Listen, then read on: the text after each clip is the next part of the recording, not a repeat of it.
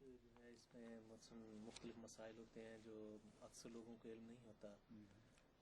مثال کے طور پر کسی کے دو بچے ہیں جن میں دو لڑکے ہوں اور پھر لڑکی ہو یا اس قسم کے اور رشتہ داریاں ہوں، تو چونکہ مشکل پڑ سکتی ہے تقسیم میں وراثت کی، تو کیا یہ جائز ہوگا جی اگر یہ، چونکہ ہمارے تو نظام جماعت موجود ہے، اگر یہ وصیت کو انسان کر جائے کہ شریعت اسلامیہ کے مطابق ساری وراثت جو ہے وہ تقسیم ہو؟ قطن کوئی حرج نہیں، بالکل یہ وصیت کر جائے، اور اگر وہ نہ کرے گا تو تب بھی اگر بچوں کے جب وراثت کا سوال اٹھے گا، ہر بچے کا حق ہوگا کہ میں جائے وہ کہے. لیکن میں نے اور باتیں اٹھائی تھیں. زندگی میں فیصلے کرتا ہے تو کہاں تک اس کو پابند کر سکتے ہیں، اور مرنے کے بعد 1/3 کی پابندی کہاں تک قطعی طور پر ثابت شدہ حقیقت ہے. اور اگر ہو سکتا ہے ثابت شدہ ہو، یعنی میرے نزدیک ہے لیکن اس کے حوالے دینے پڑیں گے، تو اس میں وہ کس کو دے سکتا ہے، پھر کسی کو کیا اعتراض کا حق ہے. وہ جو 1/3 بعض دفعہ چھوٹ جاتا ہے قرآن کریم میں، یا نصف چھوٹ جاتا ہے، لوگوں نے از خود یہ بنا لیا ہے کہ وہ نسبتاً دور کے رشتہ داروں کو از خود تقسیم ہو جائے گا. یہ درست نہیں ہے میرے نزدیک، یہ فتویٰ نہیں ہے، یہ ایک امکان ہے جو میں بیان کر رہا ہوں. کیونکہ وہ ہو سکتا ہے ایسے قریبی رشتہ داروں کی خاطر چھوڑا گیا ہو جو اگر زندہ ہوں تو ان کے لیے حق موجود ہونا چاہیے، اور اگر وہ فوت ہو چکے ہوں تو پھر وہ واپس اول جو ذمہ دار ہیں، جن کے نان نفقے کا وہ ذمہ دار ہے، ان کو ملنا چاہیے.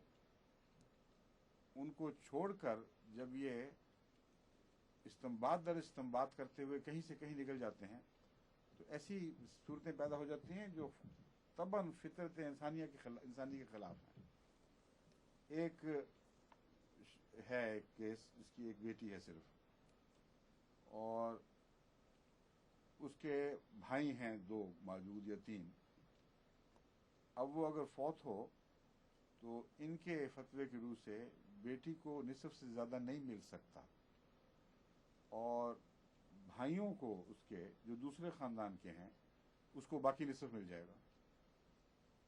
تو اب یہ بتائیں کہ یہ کیا فطرت انسانی کے مطابق دکھائی دیتا ہے؟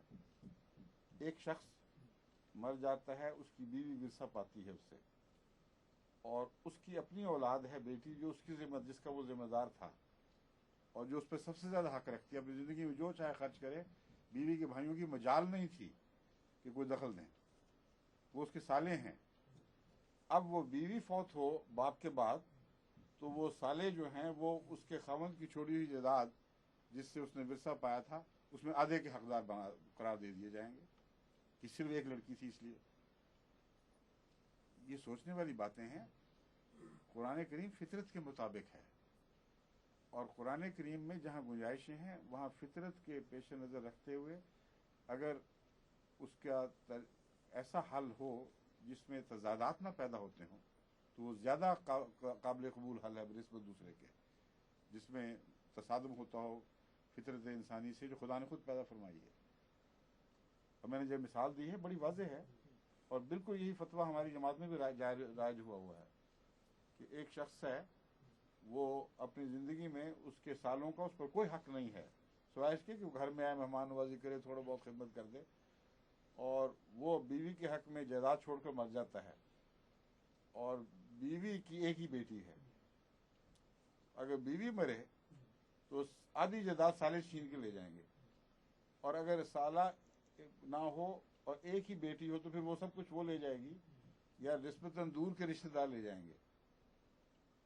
اس لیے کہ عقل کے استعمال کیے بغیر یہ استنباط در استنباط کرتے کرتے کہیں سے کہیں جا نکلے ہیں. حضرت مسیح علیہ السلام نے اسی لیے فتویٰ دیا تھا کہ اب معاملات درم برم ہو چکے ہیں، ہمیں اثر نو غور کرنا پڑے گا.